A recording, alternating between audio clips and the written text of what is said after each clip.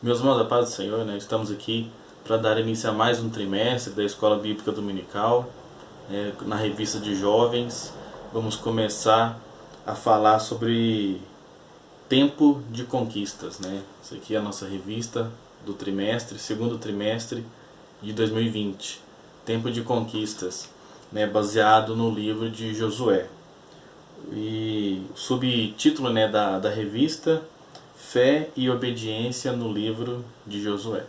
Então nós vamos meditar sobre este assunto, um assunto interessante, um assunto importante para os nossos dias, e eu tenho certeza que isso vai ser muito edificante para nós aqui nesse trimestre, amém? Na lição de número 1 da revista de jovens, né? Aí sim, só para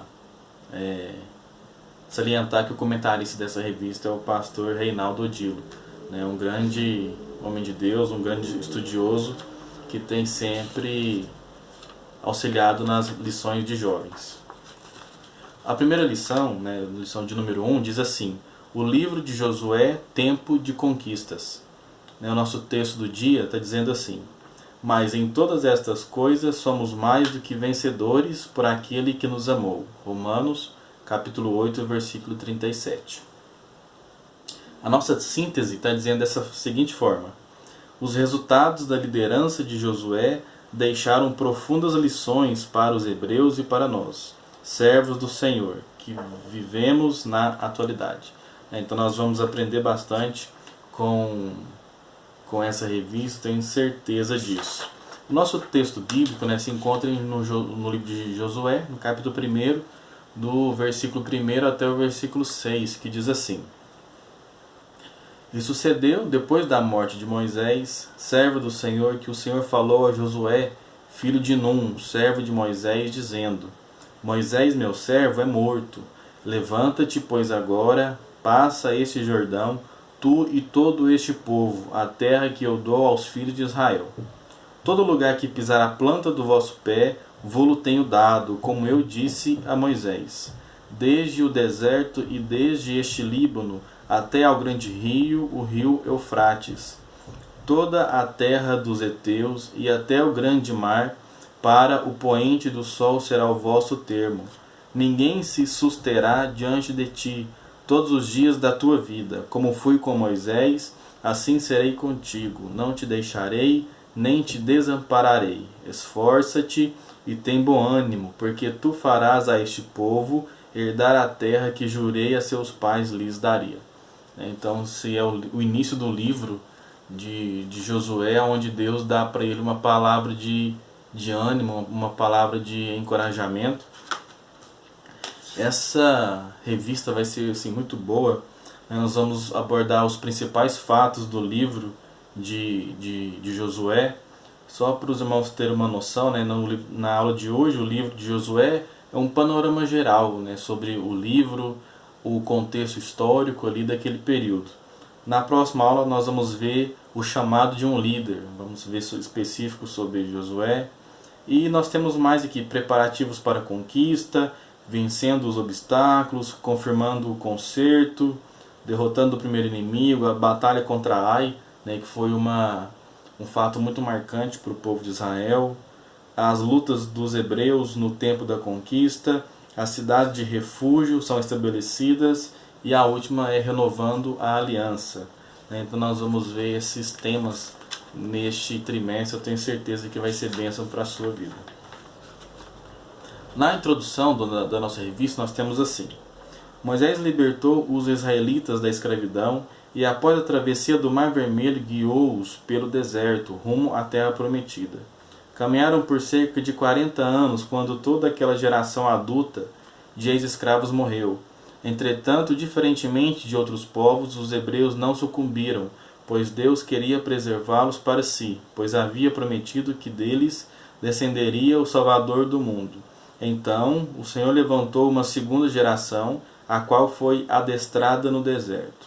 Ali, os novos hebreus viram grandes milagres de Deus, conheceram a rebeldia dos seus compatriotas e o resultado funesto que adveio para os desobedientes. Então nós temos aqui uma introdução do que aconteceu com o povo ali naquele período.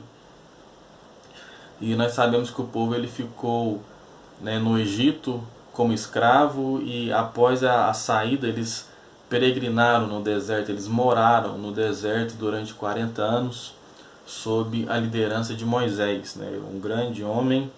Mas no final do Pentateuco, dos 5 primeiros livros, nós vemos a morte de Moisés. Então Deus levanta um outro líder, né? Deus levanta outra pessoa para guiar o povo, e essa pessoa seria Josué. O primeiro ponto diz assim: o livro de Josué. Então nós vamos ver agora uma visão panorâmica deste livro, né? Josué é o primeiro dos livros denominados históricos das Sagradas Escrituras. Segundo os estudiosos, a obra começou a ser escrita por volta do ano de 1400 a.C., data aproximada da destruição da cidade de Jericó. Então, o livro, né, ele foi escrito no ano 1400 a.C., né, lembrando que as datas, os anos, eles iam diminuindo, né, até chegar no nascimento de Jesus, depois aumentando, e nós estamos agora em 2020, né? Só essa observação. Então esse livro foi escrito no ano de aproximadamente, né? Não tem uma data precisa, mas aproximadamente por volta de 1400 a.C. E essa data ela é baseada na data da conquista de Jericó, né? Que foi um marco importante para iniciar a entrada do povo em Canaã. E a escrita do livro, né, muitos dizem que foi o próprio Josué quem escreveu o livro. A partir da conquista de Jericó, ele foi escrevendo toda a história que ia acontecendo, com exceção dos últimos versículos, né, que fala da sua morte, e outra pessoa que escreveu e fez esse complemento na obra do livro de Josué. Outros pontos aqui interessantes que nós podemos observar, diz assim: Josué apresenta aspectos singulares, indispensáveis a uma vida cristã saudável, pois os princípios espirituais nele escritos e os eventos registrados servem de ensinamento, admoestação e conforto para os cristãos de todas as épocas. Então aqui é um grande motivo para a gente estar estudando o livro de Josué, né, no dia de hoje. Porque, mas há uma história tão distante de nós, né, 1400 anos de Cristo, a gente já está em 2020 depois de Cristo, então é muito longe, não tem nada que eu possa aproveitar desse livro. Mas nós temos sim, né, a Bíblia, tudo que foi escrito com um propósito, e nós vamos ver grandes fatos aqui, grandes feitos, né, de Deus no meio do seu povo, e isso vai trazer grandes lições para nós durante todo esse trimestre, né.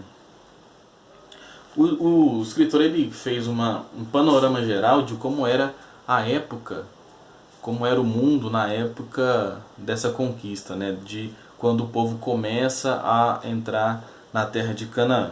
E é interessante porque ele faz algumas considerações importantes. Quando Israel transpôs o Rio Jordão, por volta de 1400 a.C., muitos povos já estavam em estágio civilizatório bem mais avançado, mas outros, por seu turno, sequer existiam. Então vamos olhar alguns desses povos. No Japão, a primeira fase da civilização Jomon chegava ao seu apogeu. Em vários lugares da Europa, as populações começaram a erguer vilas fortificadas. No Peru, mais ou menos neste período, foi iniciado o uso de instrumentos de metais, porém não havia civilização na América do Norte. E também um ponto aqui interessante, que o Império Assírio viria a surgir 1200 anos antes de Cristo, ou seja, 200 anos após a entrada do povo em Canaã, e somente em 21 de abril de 753 a.C. seria fundada a cidade de Roma. Então, na época que o povo entrou em Canaã, Roma ainda não existia, né? O Império Assírio foi surgir 200 anos depois, mas nós já vemos que o Império Egípcio na época era muito forte, né? O japonês, né, o que nós vemos aqui também, já tinha uma grande ascensão. Aqui na América estava iniciando ali no Peru o uso de instrumento de metal, e na América do Norte a gente não tem registro, né, de civilização ainda neste período. É interessante a gente ver sobre isso, né, como que se dá o contexto histórico que o povo estava inserido ali naquele momento, que vai nos dando mais luz sobre a Escritura Sagrada. Falando agora especificamente sobre a terra, né, sobre Canaã, o território de Canaã, a denominada Terra Prometida, tinha aproximadamente 290 quilômetros de comprimento por 65 quilômetros de largura e ficava a 480 quilômetros do Egito para o sul.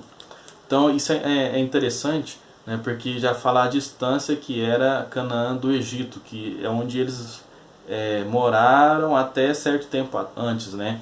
Então 480 quilômetros aproximadamente do Egito até Canaã.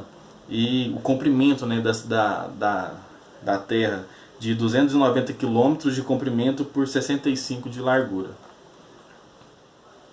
E aqui ele vai falando algumas proximidades, algumas cidades próximas, né? Depois, quando você tiver a sua revista em mãos, dá uma olhada aqui, que é muito interessante, para a gente ver no mapa, para a gente localizar onde estava Canaã e o que tinha próximo ali nas cidades ao redor, é muito importante também.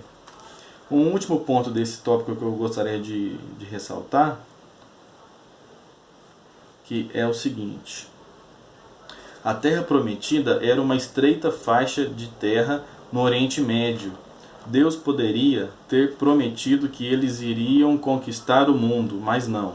O Senhor estabeleceu apenas aquilo que seria necessário para o seu povo fazer a diferença na terra. Por isso, ao longo da história, Israel nunca se notabilizou como povo conquistador, como outras nações. Os hebreus sempre buscaram, até os dias de hoje, somente a herança prometida por Deus.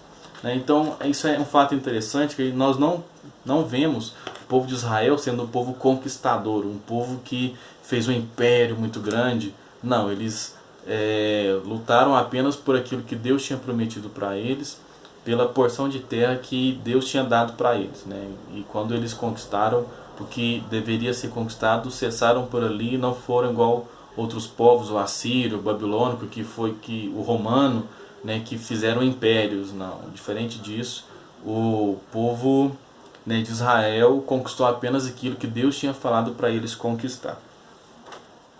O segundo ponto diz assim: o propósito, a divisão e o valor do livro de Josué. Qual que é o propósito desse livro? Por que ele foi escrito? O livro de Josué é um marco na história dos hebreus. Agora o povo parecia estar cheio de fé e mais unido. Assim, Josué, o escritor do livro, teve como objetivo apresentar uma visão do seu chamado, do milagre da travessia do Jordão, a devoção e obediência do povo, bem como das campanhas militares para conquistar a terra que Deus havia prometido. Então esse livro ele começa já com o povo atravessando o Rio Jordão de forma milagrosa. Então já começa Deus agindo de forma poderosa no meio do povo. O próprio chamado de Josué já é algo extraordinário. É a forma que Deus fala com ele, que Deus chama ele. Então é um livro onde nós temos grandes feitos ali. E isso servia para registrar para o próprio povo de Israel as coisas que Deus tinha feito no meio deles. Porque isso é importante. Porque às vezes Deus começa a fazer algumas coisas, Deus promete, para nós algumas coisas, e chega uma hora que Ele cumpre essas promessas. Só que aí passa o tempo e às vezes a gente esquece do que Deus falou ou que Deus já fez na nossa vida. Por isso que Deus ele falou para Josué escrever tudo que Deus tinha feito. Já tinha falado isso para Moisés, que Moisés escreveu todo o percurso do povo no deserto. E Josué ele faz a mesma coisa agora nessa época de conquista. Para quê? Para depois, lá na frente, o povo saber qual era a sua origem, como que eles foram parar ali naquela terra, o porquê que Deus tinha feito daquela maneira, e isso serviria para aumentar a fé deles, para reforçar que eles eram totalmente dependentes de Deus por estarem ali, naquela terra, naquela região. Continuando aqui, o livro também tem o propósito de mostrar toda a caminhada ministerial de Josué, bem como apresentar detalhes das muitas batalhas e das conquistas e das condições nas quais a terra não apenas foi conquistada, mas também dividida em áreas tribais. Né? Então, isso que nós já falamos, então servia para informar depois, né, o povo sobre os grandes feitos que Deus tinha feito no meio deles. E a divisão do livro, como que o livro de Josué ele é dividido?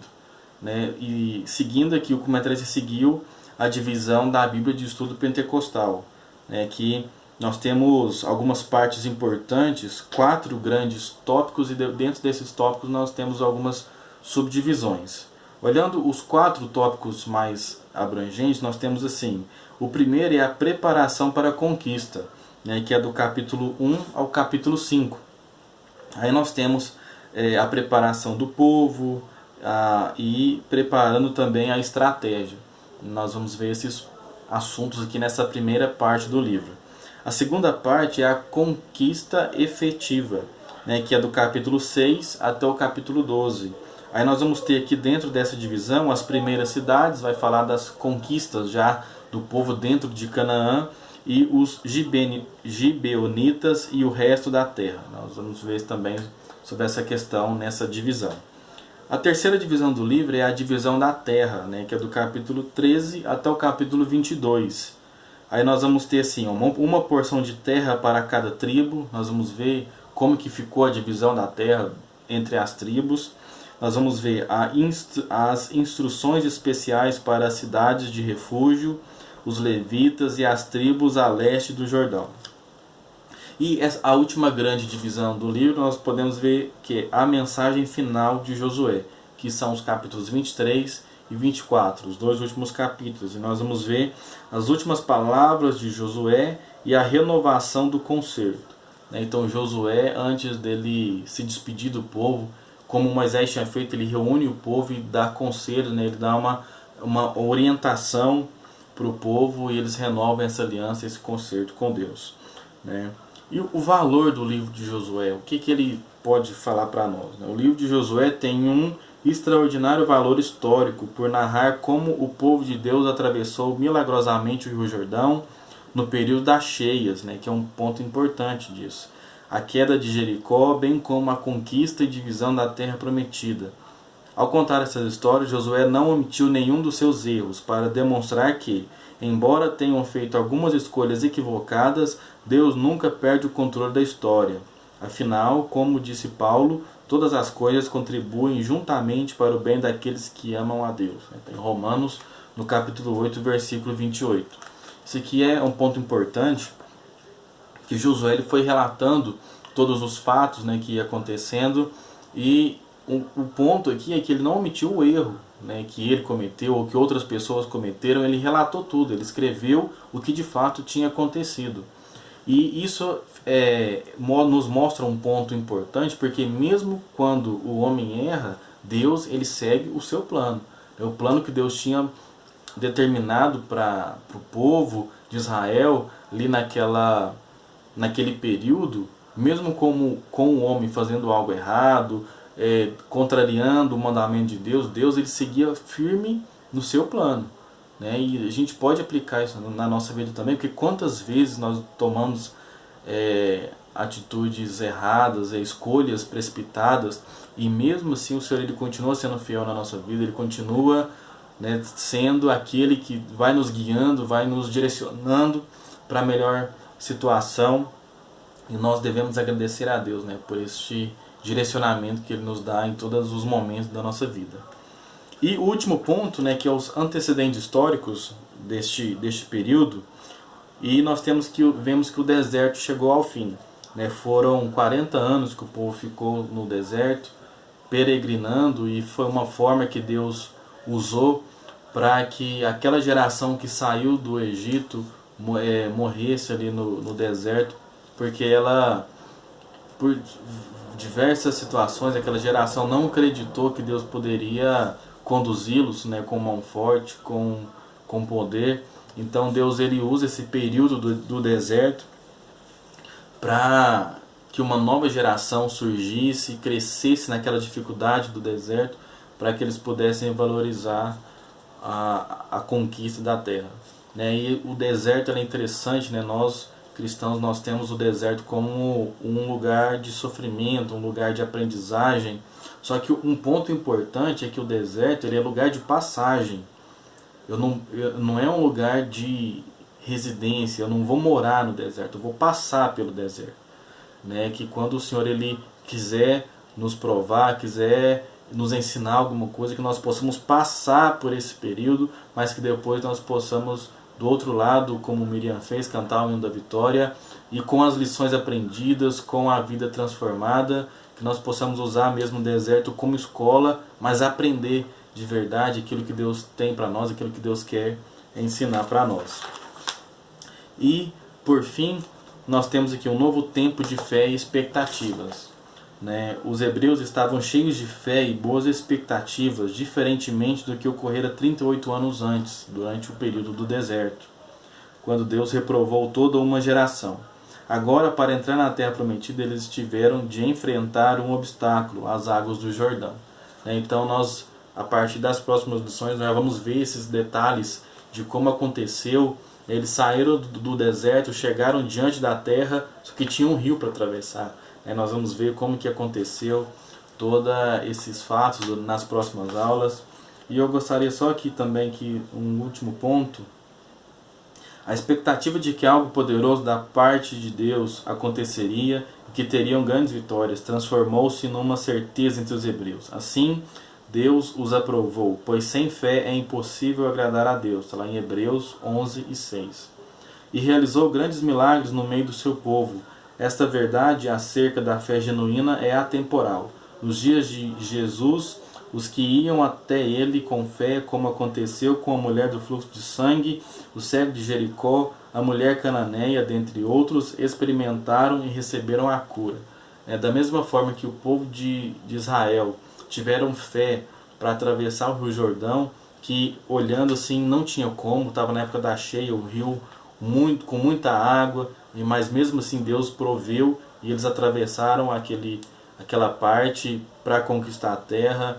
No Novo Testamento nós temos relatos de pessoas que, usando a fé, foram curadas, receberam o milagre de Jesus. E nós, da mesma forma, se nós usarmos a nossa fé, o Senhor ele é poderoso para fazer grandes coisas na nossa vida, naquilo que eu preciso, naquilo que é a minha necessidade. O Senhor ele te entende, o Senhor ele sabe aquilo que você precisa, né? Hoje e durante toda a sua vida, ele é quem cuida de mim, cuida de você, cuida da nossa família, cuida do Brasil, que nós possamos estar firmes com Deus, né, em todos os momentos, que nós possamos mesmo confiar no Senhor, que Ele é aquele que está no controle da história, no controle de toda a nossa vida, e que nós possamos ficar firmes no propósito até que Ele venha para buscar a sua igreja. Amém? Que Deus abençoe a sua vida, a sua família, né, e que nós possamos ficar firmes, né, com essa palavra.